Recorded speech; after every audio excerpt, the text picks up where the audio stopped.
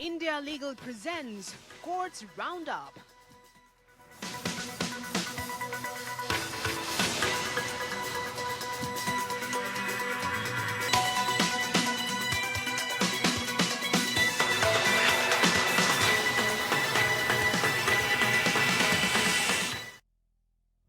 नमस्कार, आप देख रहे हैं हमारी खास पेशकश कोर्ट्स राउंडअप। मैं हूं आपके साथ रिशु त्यागी। इस बुलेटिन में अगले आधे घंटे हम आपको कोर्ट से जुड़ी तमाम छोटी बड़ी खबरों से रूबरू करवाएंगे। कोर्ट की कार्यवाही और सुप्रीम कोर्ट से लेकर हाई कोर्ट और लोअर कोर्ट तक के फैसलों को आपके सामने रखेंगे। लेकिन आगे बढ़ने से पहले एक नजर डाल लेते हैं हेडलाइंस पर।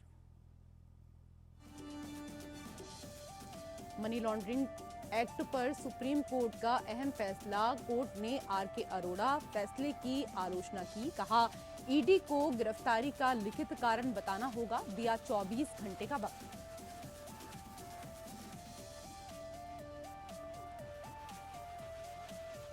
बेदखली आदेश को चुनौती वाली महुआ की याचिका पर दिल्ली हाई कोर्ट ने सुनवाई से किया इनकार। कहा, मामले पर सुनवाई सुप्रीम कोर्ट में फिलहाल चल रही है।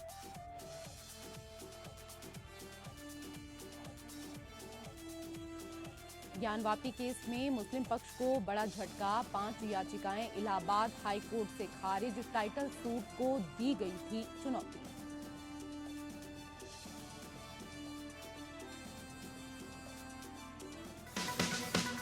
India Legal presents Courts Roundup.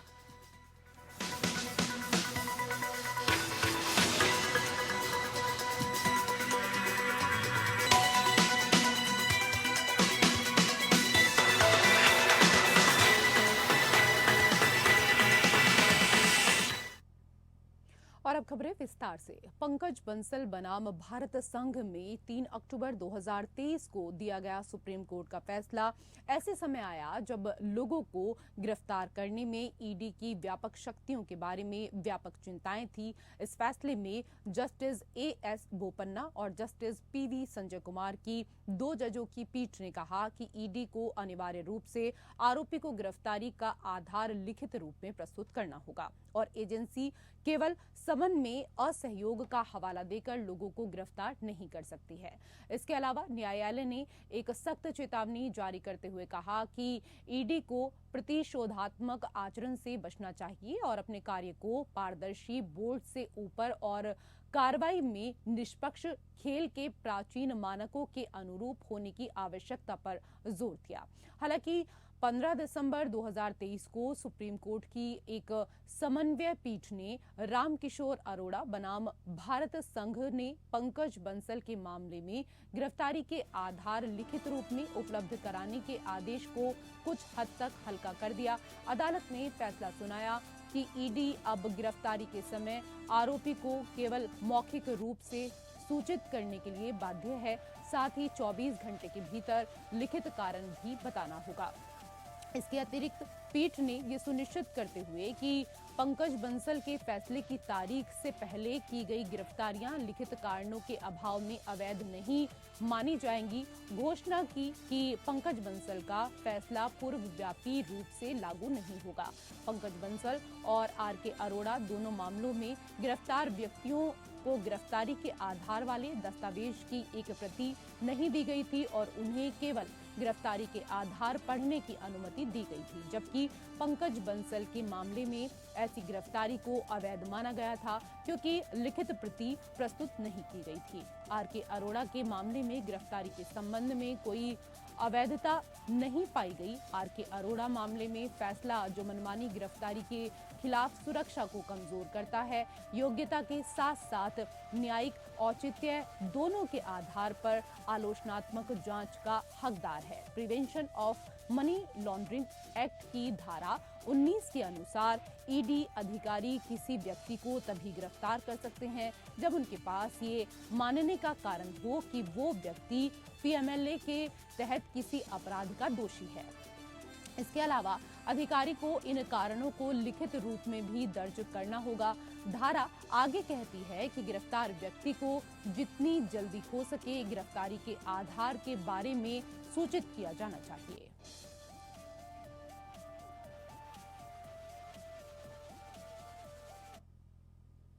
उधर ज्ञानवापी केस में इलाहाबाद हाई कोर्ट से मुस्लिम पक्ष को बड़ा झटका लगा है। अदालत ने टाइटल सूट को चुनौती देने वाली मुस्लिम पक्ष की सभी 5 याचिकाएं खारिज कर दी हैं।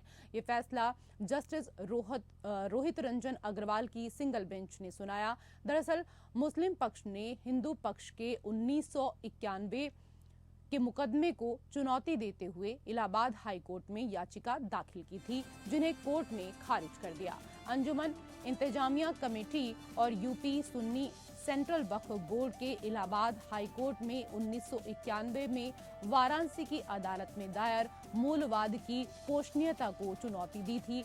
इस केस में 8 दिसंबर को ही इलाहाबाद हाई कोर्ट ने सुनवाई पूरी होने के बाद फैसला सुरक्षित रख लिया था। कुल 5 याचिकाओं पर सुनवाई चल रही थी, जिसमें से 2 याचिकाएं सिविलवाद की पोषणीयता और 3 याचिकाएं एएसआई सर्वे आदेश के खिलाफ थी। 2 याचिकाओं में 1991 में वाराणसी की जिला अदालत में दायर मूलवाद की पोषणीयता को चुनौती दी गई थी। 3 याचिकाओं में अदालत के परिसर के सर्वे आदेश को चुनौती दी गई थी।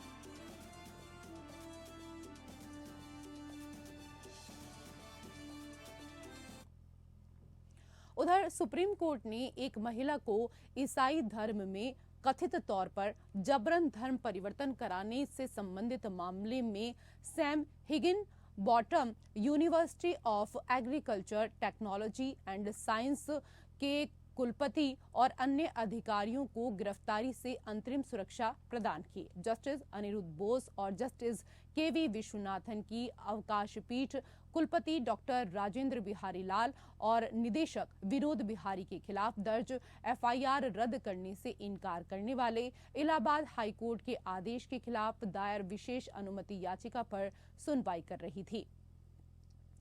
यहाँ के 5 अन्य अधिकारियों पर एक महिला को नौकरी और अन्य प्रलोभन देकर ईसाई धर्म अपनाने के लिए राजी करने का आरोप है। इलाहाबाद हाई कोर्ट ने कहा था कि पृथ्वी पर कोई भी सच्चा धर्म पुजारी या बाबाओं के कदाचार को मंजूरी नहीं देगा।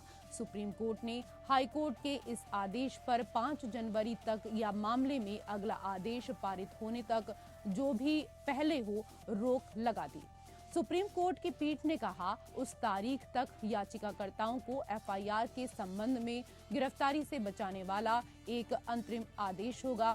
यह आदेश तब पारित किया गया जब याचिकाकर्ताओं के वकील सीनियर एडवोकेट सिद्धार्थ दवे ने तर्क दिया कि इलाहाबाद हाई कोर्ट ने अग्रिम जमानत का उनका अधिकार छीन लिया और जिस लड़की ने अधिकारियों पर धर्म परिवर्तन और बलात्कार का आरोप लगाया उसने 2022 में नौकरी से बर्खास्त होने के बाद ऐसा किया।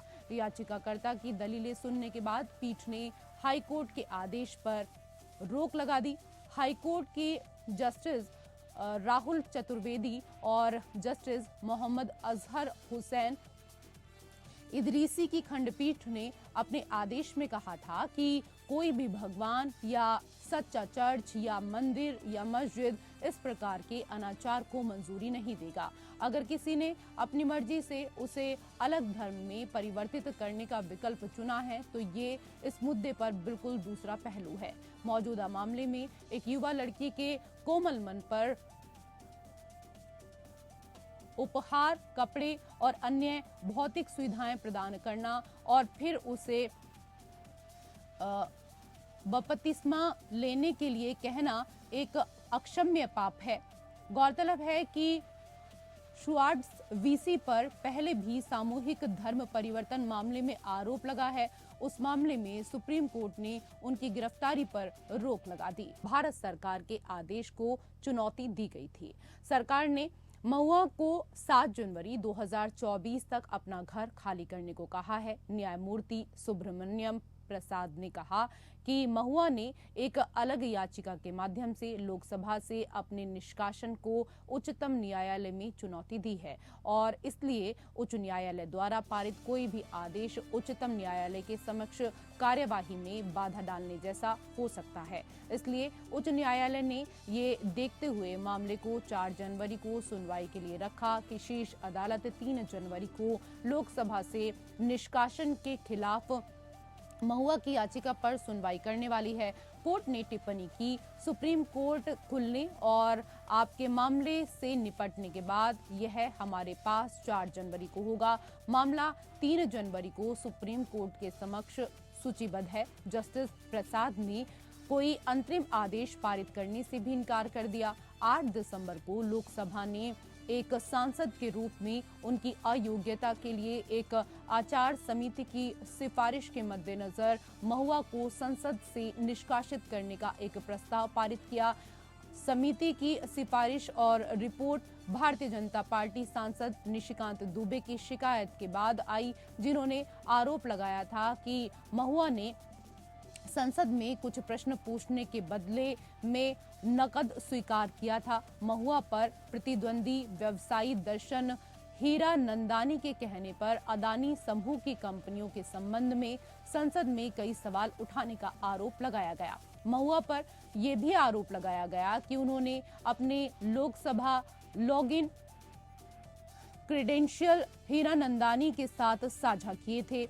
उच्च न्यायालय के समक्ष अपनी याचिका में महुआ ने इस बात पर प्रकाश डाला कि संसद सदस्य के रूप में उनके निष्कासन की वैधता वर्तमान में भारत के सर्वोच्च न्यायालय के समक्ष लंबित है। इसलिए उन्होंने भारत सरकार के संपदा निदेशालय द्वारा उनके सरकारी आवास को रद्द करने और 7 जनवरी 2024 से आधिकारिक आवास से उन्हें बेदखल करने के लिए जारी 11 दिसंबर के आदेश की वैधता को चुनौती देते हुए अदालत का रुख किया।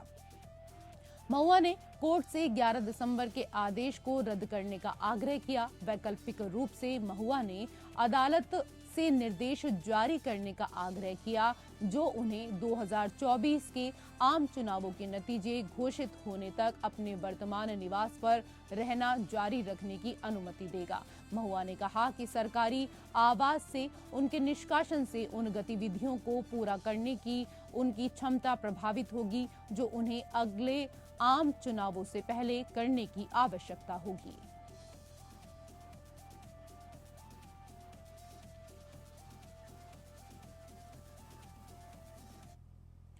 सुप्रीम कोर्ट ने बार बार आदेशों के बावजूद हाई कोर्ट द्वारा एक ही एफआईआर से उत्पन्न जमानत आवेदनों को एक ही पीठ के समक्ष सूचीबद्ध नहीं करने पर चिंता व्यक्त की। जस्टिस सीटी रवि कुमार और जस्टिस संजय कुमार की खंडपीठ ने अपने आदेश में परस्पर विरोधी निर्णयों से बचने के लिए एक ही एफआईआर से संबंधित जमानत आवेदनों को एकल पीठ के समक्ष सूचीबद्ध करने की आवश्यकता पर जोर दिया, खासकर उन मामलों में जहां समानता आधार बन जाती है जिसके लिए जमानत मांगी जाती है। ये देखा गया हमें परस्पर विरोधी निर्णयों से बचने के लिए एक ही एफआईआर से उत्पन्न जमानत आवेदनों से निपटने के मामले में पहले के आदेशों का पालन करने में सुस्ती पर इस न्यायालय की चिंता को दोहराना होगा। खंडपीठ ने आगे स्पष्ट किया कि इसका अर्थ यह नहीं लगाया जाना चाहिए कि सभी परिस्थितियों में सभी सह आरोपियों को समानता दी जानी चाहिए और ऐसा अधिकार निश्चित रूप से विभिन्न प्रासंगिक तथ्यों और कारकों पर निर्भर है। ये नोट किया गया कि इसी तरह की स्थिति जुलाई 2023 को इस न्यायालय की 3 न्यायाधीशों की पीठ द्वारा इलाहाबाद हाई कोर्ट में विभिन्न न्यायाधीशों के समक्ष एक ही एफआईआर से संबंधित जमानत मामलों की सूचीबद्ध करने के संबंध में देखी गई, जिसमें ऐसी सूचियों में विसंगति से बचने के लिए हाई कोर्ट पीठ ने पूछना उचित समझा। एसएलपी में 31 जुलाई के आदेश में कहा गया, हमने इलाहाबाद हाई कोर्ट से कई मामले देखे हैं जिसमें एक ही एफआईआर से उत्पन्न मामले अलग अलग न्यायाधीशों के समक्ष रखे जाते हैं। इससे विषम स्थिति उत्पन्न हो जाती है। हालांकि कुछ न्यायाधीश जमानत दे देते हैं और कुछ अन्य न्यायाधीश जमानत देने से इनकार कर देते हैं, भले ही आवेदकों की भूमिका लगभग समान हो।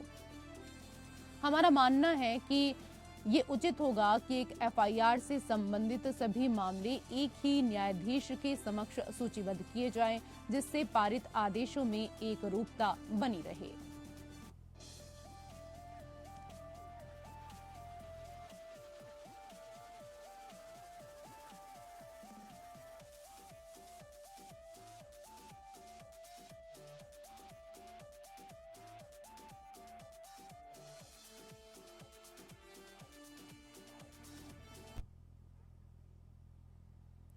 और उधर बच्चे की कस्टडी पर सुनवाई करते हुए राजस्थान उच्च न्यायालय ने अपनी रजिस्ट्री पारिवारिक न्यायालयों को वैवाहिक विवादों में पक्षों की पहचान छिपाने का आदेश दिया है। कोर्ट ने कहा कि वैवाहिक विवादों में पक्षों की गोपनीयता का सम्मान करना चाहिए। कोर्ट ने कहा कि बच्चों के हित के लिए परिवार में खुशहाली होनी चाहिए।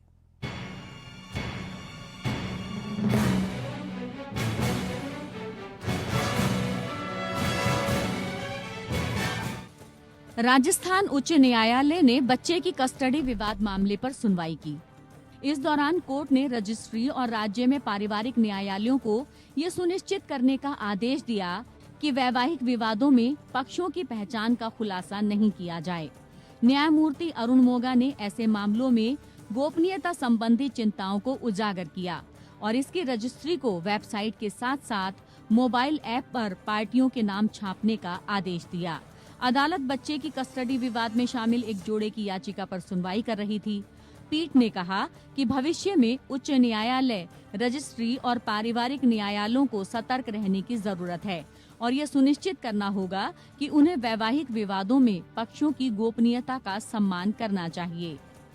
ये निर्देश एक पिता के मामले में जारी किया गया था, जिसने अपने 2 बच्चों से मिलने के अधिकार की मांग करने वाली अपनी पत्नी के आवेदन पर निर्णय लेने के लिए अपने 2 बेटों को अदालत में बुलाने के फैमिली कोर्ट के आदेश को चुनौती दी थी। उच्च न्यायालय ने कहा कि मामले में मध्यस्थता की बार-बार विफलता से माता-पिता के बीच संघर्ष की गहरी प्रकृति का पता चलता है। इसमें कहा गया है कि मामले के समाधान में काफी समय लगेगा। एक बच्चे के पालन पोषण में माता-पिता दोनों की भूमिका पर प्रकाश डालते हुए न्यायालय ने टिप्पणी की कि बच्चे को हमेशा 2 खुशहाल घरों का लाभ प्रदान करने का प्रयास किया जाना चाहिए, अगर माता-पिता दोनों के साथ एक ही खुशहाल घर संभव नहीं है। इस संदर्भ में न्यायालय ने कहा, बच्चों को अपने माता-पिता के रुख का समर्थन सुनिश्चित करने के लिए प्रशिक्षित या प्रशिक्षित किए जाने की संभावना को नजरअंदाज नहीं किया जा सकता। बच्चे ने अदालत से कहा था कि वे अपनी मां से नहीं मिलना चाहते। कोर्ट ने मनोवैज्ञानिक को निर्देश दिया कि वो 6 बैठकों के बाद फैमिली कोर्ट को एक रिपोर्ट सौंपे और बच्चे की हिरासत के मामले में लंबित रहने के दौरान बैठकें जारी रहें। ये भी नोट किया गया कि मामले में पत्नी को अपने पति द्वारा विभिन्न आवेदन दायर करने के कारण मुकदमेबाजी के कई दौर से गुजरना पड़ता था। इस प्रकार इसने उसे अपनी पत्नी को 2 लाख की मुकदमेबाजी लागत का भुगतान करने का निर्देश दिया और आदेश दिया कि इसका भुगतान न करने को परिवार न्यायालय के समक्ष इसकी लंबित हिरासत याचिका को खारिज करने के रूप में माना जाएगा। इसने आगे आदेश दिया कि अगर वह भुगतान करने में विफल रहता है तो मां की हिरासत याचिका में उसका बचाव रद्द कर दिया जाएगा। Bureau report, APN।